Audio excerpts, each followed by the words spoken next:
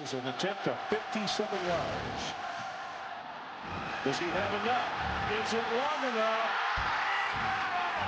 Gains extending, gets the snap. Looks middle, looks over the middle, pass. Fired, is caught, 5, and it's Nelson into the end zone. Touchdown, Nebraska. Back to throw is Dillon. Full screen to Emmett, makes a catch. 20, 25, 30, goes back to the middle of the field. He's to the 40s.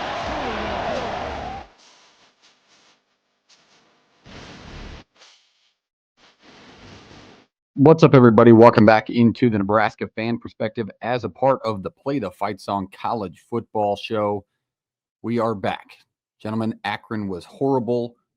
We drubbed them 68-0 W this weekend in Memorial Stadium, a night game, perfect weather, awesome drone show, just a great overall experience and day for Nebraska fans, which we pretty much anticipated. We broke them down last week, the Akron Zips, and told you about their struggles against Wyoming and what they had brought in, being academically ineligible. All that kind of led up to 8 quarters of football played for that football team now without scoring a touchdown or a single point.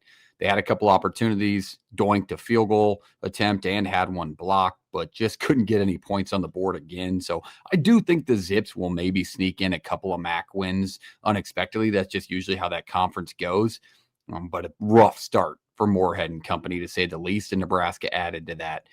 Not in a light way at all. I mean, the stat sheet was absolutely lit up by every position on the field, especially offensively, over 700 yards of total offense in that game.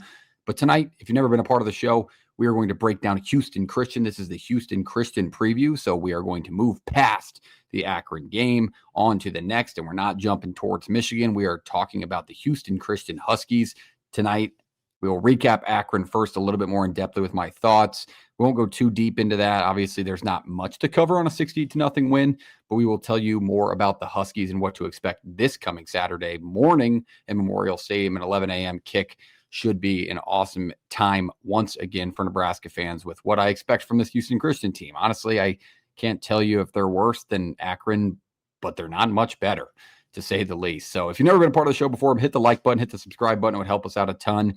This is the Nebraska fans' place to be to learn about the opponents. You have all your takes on Nebraska.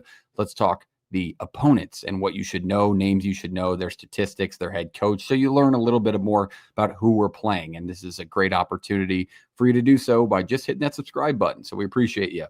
Before we get into the Akron preview, I want to remind you of our great partner, our new partner this season, Full Ride Vintage Gear. Check them out, fullridevintagegear.com. Use the code PTFS at checkout for free shipping on all of your new awesome shirts for this season. Super comfortable. They're officially licensed with the University of Nebraska. It's a local brand, so let's support them. Let's be good Nebraskans, that Nebraska nice style. Support fullridevintagegear.com. Use that code PTFS. There's over 25 designs to choose from, and if you don't love any of them, the best, and I think one of the cooler things, is you can request a design. So go on there, check them out today. Use the code PTFS at checkout. Shout out fullridevintagegear.com. All right, let's get into the Akron game. Let's quit delaying it. The Akron game this weekend was fun as a fan. It really did feel good to be in the stadium in a blowout game like that for the first time. And some people left early, and it's understandably beat the traffic, go back out to your tailgate. There's no reentry, so they can't come back in anymore.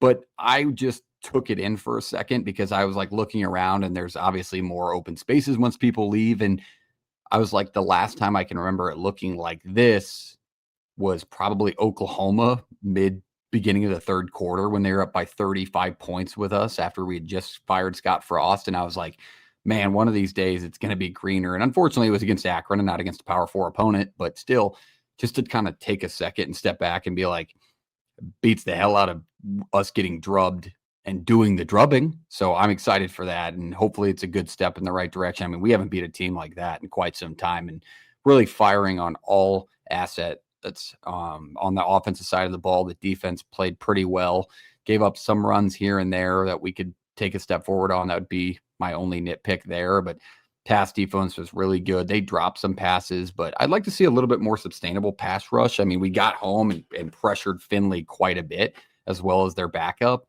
But that obviously could take another step forward when it comes time for conference play. I will say my biggest takeaway and my biggest nitpick, I would say, offensively is, And I think everybody can agree, and this isn't a negative fashion, but just to get a little bit better on the goal line. I don't like, getting stuffed on 4th and goal on a quarterback sneak with Harburg back there. And they put Lenhart in the Ty Robinson spot at fullback to really clear a path. He didn't do that. But we need to get a back that takes that role of Dowdell from last year, where it came 3rd and goal and 4th and goal. It's just like, all right, here comes big, thick Dante Dowdell jumping over the top of you. Good luck. I think Genatone can maybe replace that role, but that's definitely something Nebraska needs to address when it comes to Big Ten time, because if you don't think we're going to get into a 3rd and goal on the 1-yard line in Big Ten play, you're crazy. That's just how the Big Ten works. So we will see what comes from Nebraska these next couple of weeks in solving that issue, because I do think Dana is obviously experienced enough to recognize the problem and find a solution here pretty quickly for the Nebraska side of things. Other than that, there's no notes on Akron, right? Do it again this week. That is the plan. That is most likely going to be the spread. It's Monday afternoon. I apologize for this video coming a little bit later than normal. But gentlemen, let's talk Houston Christian. This game has been question marked by a lot of people. I want to go a quick shout out before we go into this preview to Luke Lindenmeyer. First of all, touchdown catch, former walk-on, just a great Nebraska story, a Papillion kid. I talked about him last week, having a big season. Had a nice one-handed catch early in the game this week and a touchdown, and then sealed the deal by getting a fiance. So shout out Luke Lindenmeyer. Congrats to you. And my Husker of the game, I will tweet out. So follow me on X at Parksy034 for some Nebraska-style tweets when I drop these videos. Just another note, but I will release that on Twitter. I do have a Husker of the game that you probably wouldn't expect. That is brought to you by Full Ride Vintage Gear as well. But let's go with Houston Christian next. This game, not a lot of people waiting for it. They're really looking forward towards Michigan. That's not what we do here. We focus on every team like they matter, just as the rest of them do. Houston Christian, not a great program. Haven't been around a while. I mean, honestly, they've only had a program since 2013. In that 2013 season, they had a 7-game exhibition schedule just to kind of feel things out. 2014, their first full year. Not successful since the launch of the program. 31-91 all time in the history of it. They went 6-5 in 2023. That's their only winning season since they've been founded as a football team. They're 1-1 this season. They blew out a school called Arkansas Baptist 69-0, and then they lost last week to Eastern Kentucky 20-10. I went back, and there are highlights out there. And if you're a sicko enough to find our channel, which you're a great person, we love you, hit the subscribe button. You probably looked up Houston Christian as well and probably watched a little bit of those highlights. I don't know if I've ever seen a worse team than Arkansas Baptist on a football field. I mean that. I mean, I went to a small school in Iowa called Morningside, and they're very dominant when it comes to the NAIA football landscape. Morningside would beat Arkansas Baptist by 50 points, in my opinion, and probably could compete with Houston Christian. I'm not lying. It sounds crazy, but that's just kind of the level Morningside was at. Moot point, but Houston Christian played a very, very bad team in week 1 to that 69-0 drubbing. So don't take too much into that. I'll kind of break him down for you, let you know what you're going to see when it comes to the Nebraska side of things. But tough loss for him last week. That Eastern Kentucky game, they got into a real big dogfight. A lot of turnovers. They lost 4 fumbles. One of them was a 67-yard fumble return for a touchdown, which really ended up being the separator in the game. But 4 fumbles, I mean, we've seen that as Nebraska fans can really obviously turn the tide on a football game and make you lose it when you should have won. They did dominate pretty much every statistical category over Eastern Kentucky last week, and they just fell short. I mean, 20-10, another low-scoring battle. They didn't give up any points in week 1, only gave up 20 last week. So maybe you're thinking, oh, maybe this defense is all right. Reminder, Akron only gave up 10 points in week 1 as well. So don't take too much into that, or especially early in the game. And these programs are where they're at and usually end up where they're at for a good reason, and Houston Christian would definitely fit that narrative. Back to that Eastern Kentucky game quickly for Houston Christian. I know there wasn't any highlights out there. It wasn't televised. I really read every full style report you could on the game to get an idea of how the pace of it went. Eastern Kentucky was 1 for 15 on 3rd downs and won the football game. We're missing something. I mean, there in the highlights, it just had to have been an ugly, ugly football game if there were highlights out there. So maybe they just didn't post them because nobody wants anybody to see that, and which is a fair point with how the statistics looked on ESPN. All right, let's go into their coaching staff first. Let's talk their head coach. Their head coach, Jason Bachtel. He is in his 2nd year as head coach at Houston Christian. Last year, they went 5-7. He was previously, before his time at Houston Christian, just kind of worked his way up the Texas high school football ranks, then went to Howard Payne University, which is a Division III program that competes out of the American Southwest Conference. He was pretty good there, put up a couple of winning seasons together. I believe his records were around 7-3 in Division III football, which is really good. Made the playoffs a few times, got the call, got the nod at Houston Christian. I watched his introductory press conference out there and really seemed like the AD and president of Houston Christian were dialed into his loyalty to his programs, his relationships with Texas high school football players. So they really think he can get it right here and turn this into a winner within the Southland Conference, which they play out of. And they just haven't been able to do that yet. But if he's got good relationships, there's no better state than Texas to have good high school football relationships. So maybe they can get some recruits in there and really turn this thing around. I don't think this is the team that's going to do it for him. I'll tell you that right now. On the offensive side of the ball, they're led by Mike Nesbitt. He runs a lot of pistol and shotgun looks. He likes those option looks. He doesn't use the quarterback a lot out of them, but it's more of that RPO style where they could hand it off. Not a slow mesh to an extent, but they're pretty slow developing in the backfield. It's not really one set read all the time. I would say they're a run-first team. They threw it quite a bit last week and struggled running the ball against Eastern Kentucky, but week one, they won 68-0. Like, you don't really get a good idea of whether or not they wanted to pass the ball more when you're up by 50 points, So I would tell you they're a run-first team. They're going to try and run the ball early against Nebraska, really slow the game down, in my opinion, and keep Nebraska's offense off the field. And then, not to speak to the caliber of their defense, but just the way Nebraska's offense was operating, especially last week, I really think they're going to try and keep their defense off the field, keep them energized more often than not. So I expect them to run the football pretty early and often this weekend in Memorial. The quarterback position, starting quarterback, Mississippi State transfer Jake Weir, 31 for 62 on the season for only 2 touchdowns and 1 interception. Like I told you, they ran the football a lot in week one when they scored all those points. So only 2 scores on him through 2 games, 301 yards total passing. Last week it was not great, like 100 yards. And week one, they didn't throw it a ton. So that's why those stats don't jump off the page. I said he's a Mississippi State transfer. He was there for 4 years, never took a snap in a game. So it's kind of put an asterisk next to it. I assume he was a preferred walk-on. Not a lot of guys will stick around that long if they're on scholarship and they're not playing or seeing the field at all. But you know where Mississippi State was as a program, and he just didn't get to take part in that. Stands at 6'2", 210 pounds. He is a redshirt senior at listed. He's from Tupelo, Mississippi. He's not going to run much, like I said. He's got decent pocket awareness, and he throws a decent ball, especially when it comes to the fade. So he does have a little bit of weapons. I mean, he does have some weaponized things for his game. But listen, if you're a 4-year player, no matter where you go to, like, there was a reason you went to the SEC in the first place, even as a preferred walk-on. Like, you had to have some high school film that at least said an SEC program said, yep, you can come here, put on our uniform week to week. We just don't have scholarship money. So it does take some talent. Don't think he's like has nothing to offer this offense, but he's not going to be the difference maker. I'll tell you that. With the way they run things and they operate their offense, he's not going to be the difference maker. It's going to take a lot of the run game, the screen game, some one-on-one playmaking on the outside to make this Houston Christian offense go. On the running back position, there's one I want to highlight. We're going to talk about 3, but the one I want to highlight is Zayshawn Edwards. It's 27 rushes this year for 200 yards, 7.4 yards per carry breakdown, and 4 scores. He's not the noted starter on the team. Really, Champ Dozier is. He was second team all-conference last year.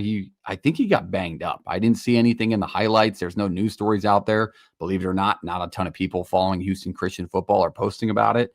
I think he's banged up. He didn't play last week against Eastern Kentucky, but hell of a player. And if he does get a chance to come back, he's pretty explosive and a really good back and somebody they're going to hand the ball off to a lot. And that is Champ Dozier. Back to Zayshawn Edwards. This would be their number 2 guy, in my opinion, and a guy that I think we'll see a lot this weekend just because of how he's built and how he's run. He's a little bit more physical. Not huge by any means. 5'9", 175. He's a redshirt freshman. Only went for 25 yards last week on 10 carries against Eastern Kentucky. Not a great breakdown, but week 1, he really got going and ran over some guys. I think because of the way he runs the football and how physical he is, he'll be the best fit to maybe be somewhat successful, however successful this offense can be against a Blackshirt defense that really has hit their stride against Akron. And this offense isn't much higher of a caliber than Akron, to say it lightly. So I think he'll get the majority of the carries in the run game, especially short yardage things. So Zayshawn Edwards, somebody to keep tabs on. You'll also see Darrell Evans, not pictured here, but he's a returner that saw a ton of action last year. He's a little bit more explosive. He wants to run downhill, and he's got a little bit more blow-by speed. You'll see him as well in the mix. He just wasn't of note. This rushing offense just couldn't get it going. I think they only had, it was anywhere between 42 to 52 yards last week total rushing against Eastern Kentucky. So it's hard to believe that they're going to take a massive leap forward in the running game this week against the Nebraska defensive front. On the outside, these two guys, I'll tell you one thing, quick note, incredibly hard to find photos of Houston Christian football. I don't know if they have any student photographers, but they don't post them anywhere. I'll tell you that. But the two on the outside that I want to put tabs on are two transfers in. First one, Tamarcus Gray Jr., La Tech transfer. He's the leading receiver right now, 10 receptions, 80 yards. It's 8 average, obviously, on the season. He's good player. I mean, he's not huge, not oversized, but going to La Tech, usually a decent football school, hasn't been record-wise over the last few years, but they usually find a couple of good players. He transfers down to Houston Christian. He's made an impact early in the season. They haven't thrown it a ton, so it's hard to give you a full breakdown on his game, but I expect him to be targeted quite a few times here at Memorial Stadium this weekend, especially having a little bit higher of football experience than a majority of the roster, which is young overall. On the other side, Jerian Wallace, Houston transfer, that's a Power 4 guy. I know I got to remind some people of that a few times, but transferred in from Houston. He's been with Houston Christian for a season, 6'3", 190, a little bit bigger, right? A little bit more Big Ten-esque, maybe not talented to the caliber of the Big Ten, but that 6'3" size will come into play. Good downfield threat. This is the guy I expect if they will take shots, and they will do it early in the game, and I expect Jerian Wallace to be the target of those. I think this is the Sierra Wright matchup for this weekend. It could be either one of these guys, but really nobody else down the list of this is going to offer the threat that these two will. So these are the two guys I would tab in the passing game. Before we move on to the defense, let's talk about the offensive line. The offensive line has struggled to say the least, even through the 68-point win. They gave up 4.5 sacks to that D-line. And really, if they get to throwing more, which we force Akron to do because we were up by 50 points, they're really going to see some sack numbers because this offensive line is a little bit undersized, really slow, and struggled with an Arkansas Baptist team, which, like I said earlier, was one of the worst teams I've ever seen. So I expect, at minimum, I would love to see 5 sacks this week from the Blackshirt defense, at minimum, to be honest with you, because we need to take a step forward in that game, especially before we see Bryce Underwood here in a week. But good Lord, this offensive line struggles enough that we should have 5 sacks minimum from the defensive line this weekend. Overall, the offense, I think they're going to slow things down. Like I said, I really think that's the only way I can see Houston Christian hanging around in this game. I really can't see it. That's like a 1% of my brain that's seeing that.